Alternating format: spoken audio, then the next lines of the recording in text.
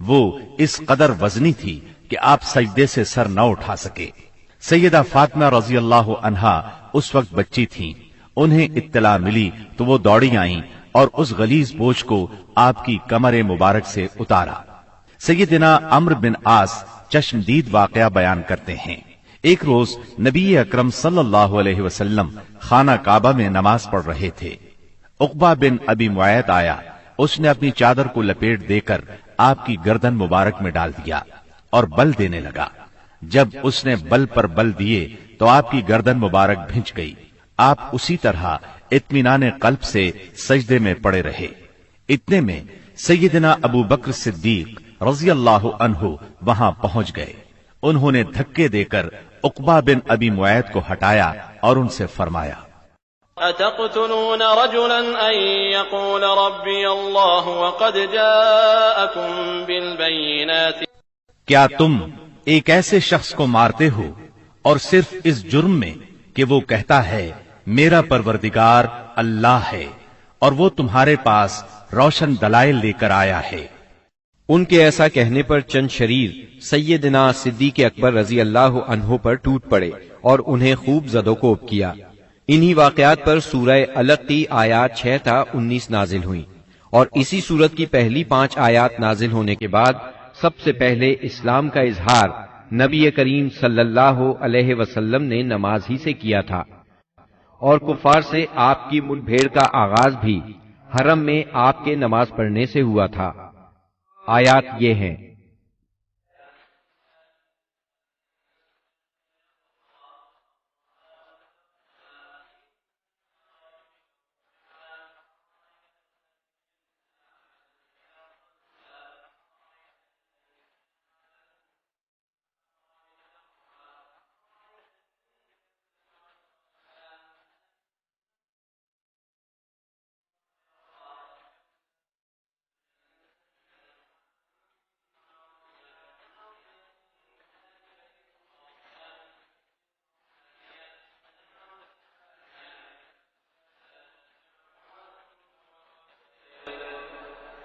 ہرگز نہیں، انسان سرکشی کرتا ہے اس بنا پر کہ وہ اپنے آپ کو بے نیاز دیکھتا ہے، حالانکہ پلٹنا یقیناً تیرے رب ہی کی طرف ہے۔ تم نے اس شخص کو دیکھا جو ایک بندے کو منع کرتا ہے جبکہ وہ نماز پڑھتا ہو، تمہارا کیا خیال ہے اگر وہ بندہ راہ راست پر ہو یا تقوی کی تلقین کرتا ہو؟ تمہارا کیا خیال ہے اگر یہ منع کرنے والا شخص حق کو جھٹلاتا اور منہ موڑتا ہو؟ کیا وہ نہیں جانتا کہ اللہ دیکھ رہا ہے؟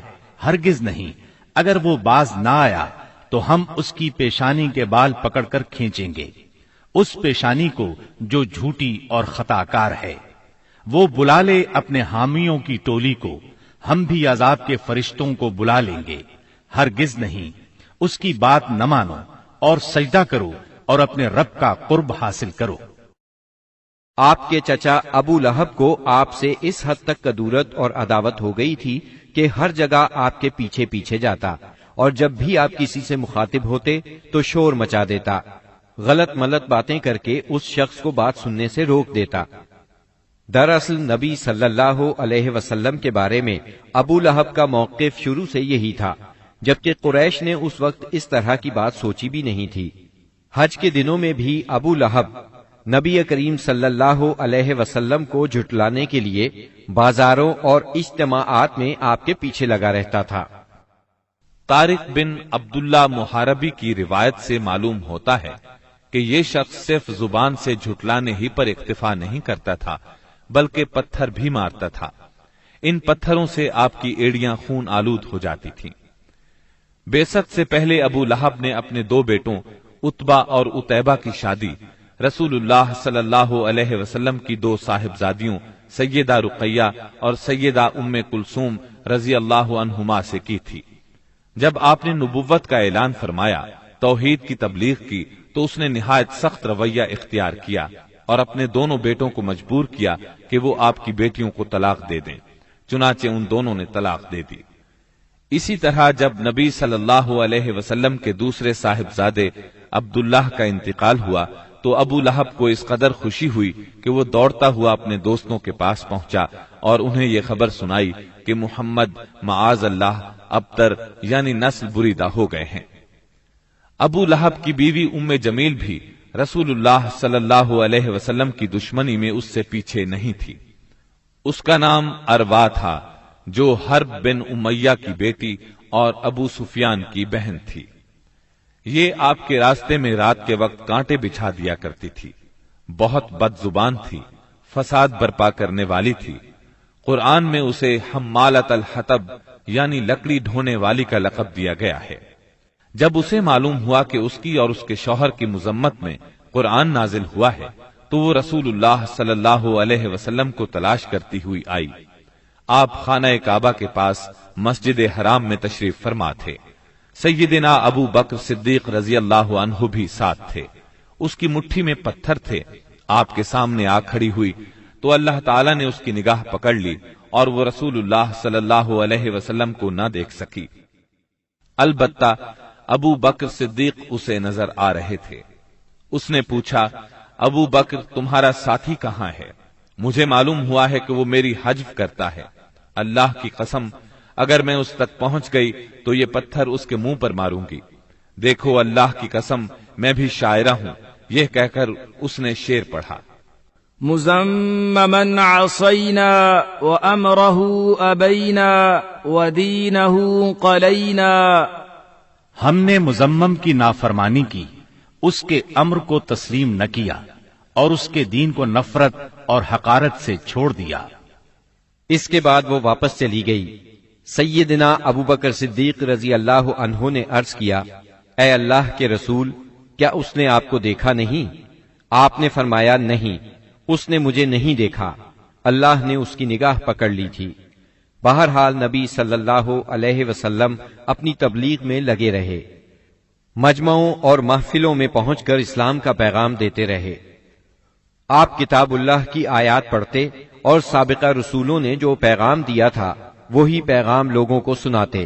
آپ فرماتے، یا قوم اعبدوا اللہ ما لکم من الہ غیرہ۔ اے میری قوم کے لوگو، اللہ کی عبادت کرو، اس کے سوا تمہارا کوئی معبود نہیں۔ اس کے ساتھ ہی آپ نے لوگوں کے سامنے کھلم کھلا اللہ کی عبادت شروع کر دی۔ چنانچہ آپ دن دہاڑے سارے لوگوں کے سامنے کعبہ کے صحن میں نماز پڑھتے۔ آپ کی تبلیغ آہستہ آہستہ کامیاب ہوتی چلی گئی۔ قریش اس پوری صورتحال کو تشویش کی نظر سے دیکھ رہے تھے۔ ابھی تھوڑا عرصہ گزرا تھا کہ حج کا موسم آ گیا۔ کفار حاجیوں کے سلسلے میں پریشان ہو گئے۔ چنانچہ ان کی ایک جماعت ولید بن مغیرہ کے پاس آئی۔ یہ ان میں عمر رسیدہ اور مرتبے والا آدمی تھا۔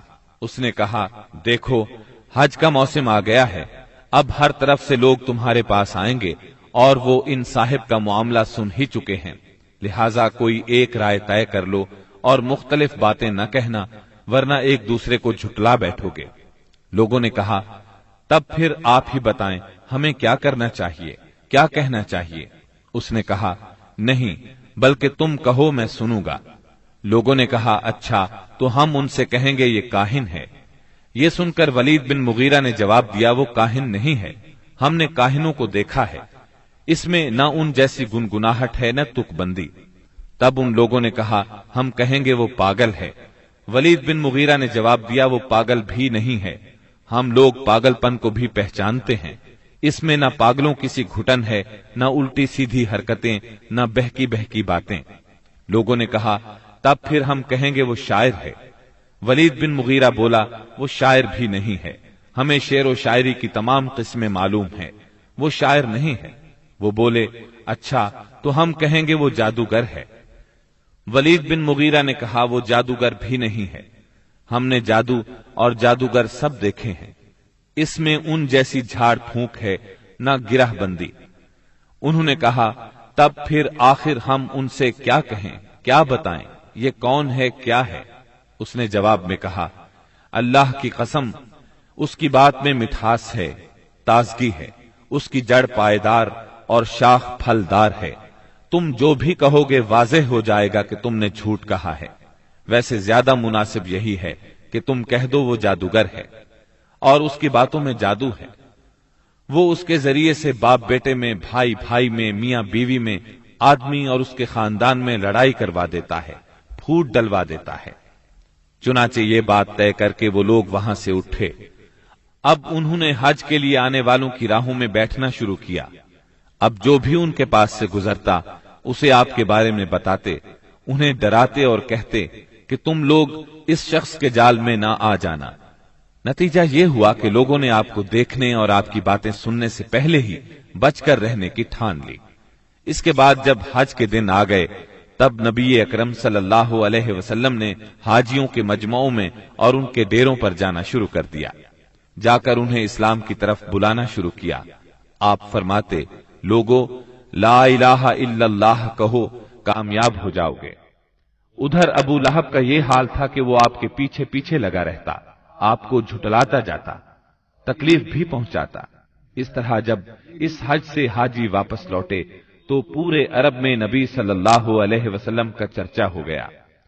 قرآن مجید کی سورہ المدثر کی آیات 11 تا 26 میں اس واقعے کی طرف نشاندہی کی گئی ہے۔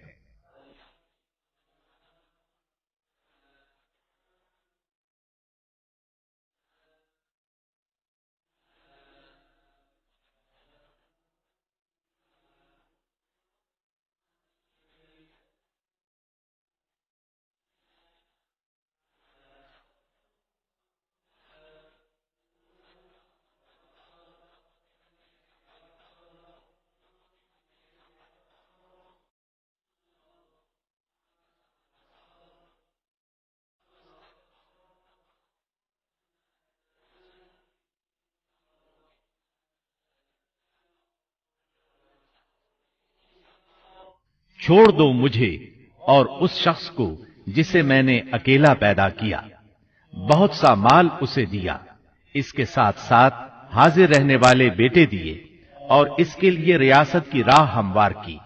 پھر وہ طمع رکھتا ہے کہ میں اسے اور زیادہ دوں گا، ہرگز نہیں، وہ ہماری آیات سے عناد رکھتا ہے۔ میں تو اسے بہت جلد ایک کٹھن چڑھائی چڑھاؤں گا۔ اس نے سوچا اور کچھ بات بنانے کی کوشش کی تو رب کی مار اس پر۔ اس نے کیسی بات بنانے کی کوشش کی؟ ہاں، رب کی مار اس پر۔ اس نے کیسی بات بنانے کی کوشش کی؟ پھر لوگوں کی طرف دیکھا، پھر پیشانی سکیڑی اور منہ بنایا، پھر پلٹا اور تکبر میں پڑ گیا۔ آخر کار بولا کہ یہ کچھ نہیں ہے مگر ایک جادو جو پہلے سے چلا آ رہا ہے، یہ تو ایک انسانی کلام ہے، بہت جلد میں اسے دوزخ میں پھینک دوں گا۔ اسلام کی اشاعت بڑھ رہی تھی، لیکن اس کے ساتھ ساتھ قریش کا ظلم و ستم بھی شدید سے شدید تر ہوتا جا رہا تھا۔ پھر آپ ایک مخلص صحابی ارقم بن ابی ارقم رضی اللہ عنہ کے گھر میں تبلیغ کا کام کرنے لگے، یعنی وہ گھر آپ کی تبلیغ کا مرکز ٹھہرا۔ مسلمانوں کو اسلامی تحریک کے سب سے پہلے مرکز دار ارقم کا علم تھا۔ چنانچہ کوئی اجنبی شخص مسلمان ہونے کے لیے آتا تو اہل اسلام اسے بھی دار ارقم پہنچا دیا کرتے تھے۔